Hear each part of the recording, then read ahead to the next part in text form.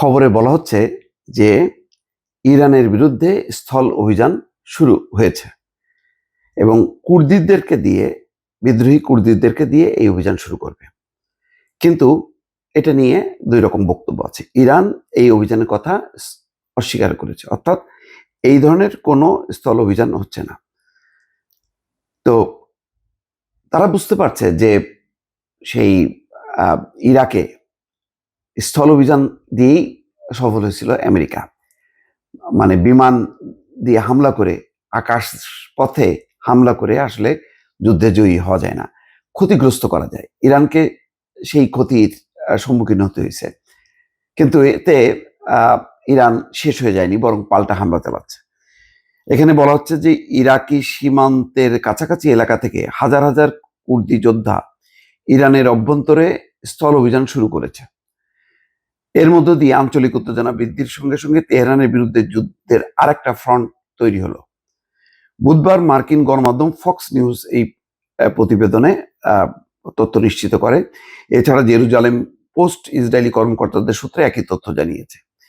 Iran Iraq সীমান্তে কার্যরত তুর্কি বাহিনীকে তেহরানের বিরুদ্ধে লড়াই করা সবচেয়ে গুরুত্বপূর্ণ সশস্ত্র বিরোধী গোষ্ঠীগুলোর মধ্যে একটি হিসেবে ধরা হয়। এই গোষ্ঠীগুলো ইরানে কুর্দি সম্প্রদায় ভিত্তিক। এদের হাজার হাজার যোদ্ধা রয়েছে। এদের অধিকাংশই ইরানের সীমান্তবর্তী ইরাকের কুর্দিস্তান অঞ্চল থেকে পর্যায়ক্রমে পরিচালনা করে।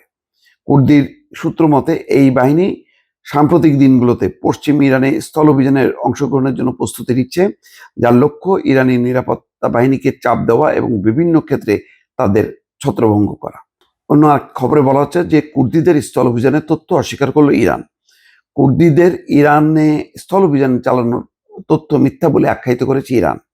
একই সঙ্গে এই ঘটনাকে অস্বীকার করেছে কুর্দি কর্তৃপক্ষ। কুর্দি কর্তৃপক্ষ বলছে যে না, আমরা এই ধরনের কোনো অভিযান চালাচ্ছি না। আসলে এগুলির উদ্দেশ্যটা হলো মানসিকভাবে বিপর্যস্ত করা। যে মনোবল হারাবে সে পরাজিত হবে।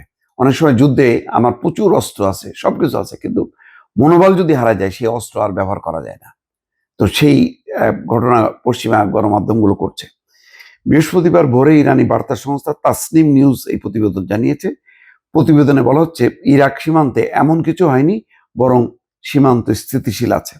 এদিকে ইরাকের কুর্দিস্তানের আঞ্চলিক সরকার এক বিবৃতিতে জানিয়েছে তাদের এলাকা থেকে কোনো যোদ্ধা ইরানে প্রবেশ করেনি, কিন্তু তারা এটা প্রচার করছে। কখন প্রচার করে জানেন?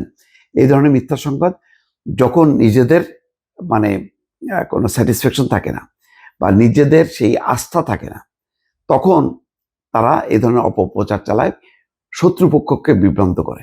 এখন ইসরায়েল, আমেরিকা ওই পথ নিয়েছে যে হাজার হাজার কুর্দি সৈন্য স্থল অভিযান শুরু করেছে। বাস্তবে এর কোনো ভিত্তি নেই, দর্শক।